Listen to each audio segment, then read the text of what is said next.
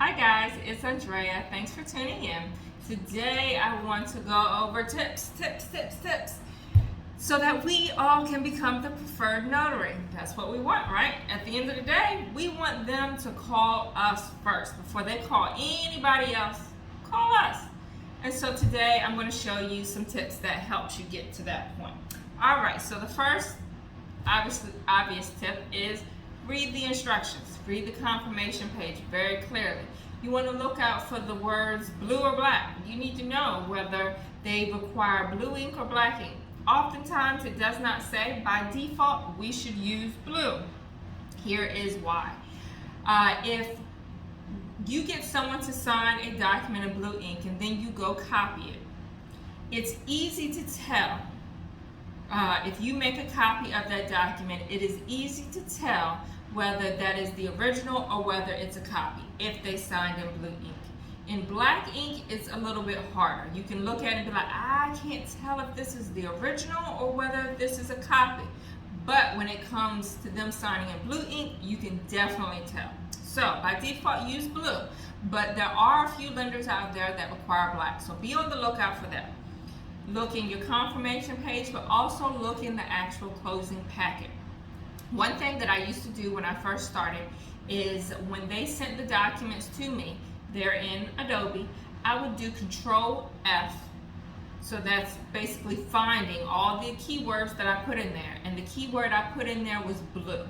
And it would look through the entire document and find any words that said blue. And so I would look and see that way whether they require blue or black ink. If they didn't say, I'd use blue. You also could highlight black, and it will look through the entire document for all words black, and it would show you all the keywords that came up. And you just keep looking, see if it says black ink. Oftentimes it's talking about race. That's not what we're talking about. We're looking for the word black, and then we just keep searching. It'll search the document and point out all the words in the document that say black. I also used this feature when I first started to find initials. So I would do Control F. The keyword I'd put in that box is initial, and it would highlight all the words that say initials. So I would look at each word. Sometimes it'll say like initial disclosure or something like that. I'm not looking for that. I'm looking for something along the lines of borrower's initial or something like that. So I would put in initial, and I'd look at all the keywords that say initial and see if there are any hidden places where initials are supposed to be. So that's another thing that you can do to ensure you don't miss initials. And that in itself is a big complaint that lenders have, that we're missing initials. Well, to some respect, they're also hiding the initials, because it's kind of like some places are hidden where the borrower is supposed to initial. So this kind of helps you find all of those. And so when I would find that, oh, this document needs initial, in the beginning I would use tabs and put tabs on all those places to ensure that I did not forget to have the borrower's initial. All right, so when I first started, I felt like the deed of trust oftentimes required initials on every single page. But now I feel like they're somewhat getting away from that. But I still come in contact with some deed of trust where they require the borrowers to initial on every single page. So be on the lookout for that. Someone also told me that they had a closing disclosure that required initials. I've never seen that, but I was told that it's on the bottom of the pages. Be on the lookout for that. The new 1003 requires initials if it's a joint account. So if it's a joint account, each borrower has their own specific application page. So you want to be on the lookout to have them initial their specific page, okay? The new 1003, I'm seeing it more and more lately. However, I'm still seeing the old 1003. The old 1003 had an issue with it too. So this is what the old 1003 looks like, and if you actually read the verbiage, it tells you that basically the borrower is only signing if there are two or more borrowers. that's what this verbiage says, that you're only signing if it's a joint account. Well, I'm here to tell you, if you only have one borrower, you get them to sign that document too, because most lenders require that document to be signed. So the one thing that I always do is, if it's one borrower, I have them sign here, and then I'll also print out a blank copy of this page. So I have the one that they signed, and then I have another one that's absolutely blank. And the reason I do that is because, like I said, lenders require different things. I work with so many lenders, I don't know which lender requires a signature for a single borrower on this page or not. So if I have one that's signed and one that's not signed, then I have appeased everybody. The lender that requires a signature, hey, here's your copy here.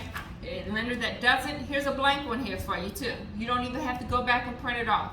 So my reason for doing that is, I don't want anyone to call me and tell me that I need to go back and get this document signed, even though it says it's only to be signed if it's a joint account. So that's the reason why I do that. The other thing that I want to point out is, I don't have a mobile setup. I don't have like a printer and scanner in the trunk of my car. Maybe in the future I'll get it. I've been playing around with the idea, but I don't have that setup. So I need to review my documents before I leave the house. I've been working on getting a full packet redacted for you all, so that eventually I can work through the documents. Well, I printed off that redacted packet. So disregard the black spaces, that's the redactions that I made. Oh, look here. This can now, this was what I did for you all, but this can actually happen for actual closing. So what happens if I have printed this off, it's crunch time, I run out the door, I'm in a world of trouble, especially if this is a signature page. Then I have to go all the way home, because this is not going to fly by them. This is not going to work. They will call me and they will fuss at me. So if this was a signature page, I'd have to go all the way home, print out this one page, and have them sign it, if it was messed up in their packet as well. So yeah, I'd be in trouble. I'd be in a world of trouble. So make sure you check your documents before you leave the house if you do not have a mobile setup, to ensure that you're not running back and forth over something that you could have fixed had you just been on the lookout for it. And when this happened, I had no issues with my printer. Like, it just grabbed 2 pages and messed it up for no apparent reason. So just be on the lookout for that. The other thing that happened is this. I don't know if you can see that, but I printed out the packet and it's like alien language. I don't know. It did that for the entire packet. Had I not paid attention to that and just went to the closing and looked at I would have been screwed. I would have been screwed. So when that happens, what I found that works is I shut down my computer and I bring it back up, upload the documents again, and my problem has been solved. So just be on the lookout. This looks a mess, an absolute mess. Okay? So the other thing that lenders have complained about is not filling out our notarial section correctly. So one day I'm going to have a video on that, but just try to fill it out correctly. And even if your notary stamp has your expiration date in it, and it asks you for your expiration date on the notarial section, put that in there, because we are not supposed to leave anything blank in our area. There's nothing to be left blank. So you really need to write your expiration date, even if it's in your stamp. My stamp has my expiration date in it, but I make sure to put my expiration date in that section, in that notarial language, so that they can't complain about anything. And at the end of the day, that's what I care about. Do not complain to me about anything. So for example, Here is, hopefully you can see it, the notary information. This is my notarial language here. I need to put my expiration date, regardless if it's in my stamp or not. Okay? So the other thing lenders complain about is the name in our notarial language being different than what's in the signature line. So let's say you have a borrower whose name is Susie J. Smith in some of the documents, and in the other documents it's Susie Smith. And you need to put her name on in your notarial section because it's asking you who appeared before you. You need to put her name. However it is on her signature line on that document is how it needs to be in your notarial language. So if it just says Susie Smith, then I need to put it in my notarial language, Susie Smith. Okay? So you just need to make sure that when you have to print out their name in your area, that it says exactly what it says in the signature line that's up above or on the previous page. Okay? Hopefully that makes sense. Like I said, eventually I am going to have a video that kind of walks you through it, how to fill out your notarial certificate.